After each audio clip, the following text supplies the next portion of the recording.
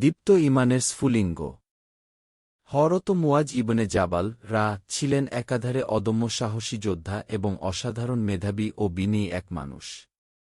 শাম দেশের ফাহলে যখন রোমানদের সাথে যুদ্ধের দামামা বাজল, তখন রোমানরা ভীত হয়ে সন্ধির প্রস্তাব দেয়। মুসলিম সেনাপতি আবু উবাইদা আলোচনার জন্য ধীশক্তিসম্পন্ন মুয়াজ কে দূত হিসেবে নির্বাচন করেন। রোমান সেনা শিবিরে পৌঁছে মুয়াজ এক চোখ ধাঁধানো জাঁকজমকপূর্ণ পরিবেশ দেখতে পান।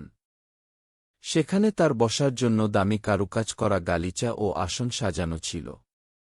কিন্তু বিলাসিতা অপছন্দ করা এই মহান সাহাবী সেই রাজকীয় আসনে না বসে অবলীলায় মাটিতে বসে পড়লেন।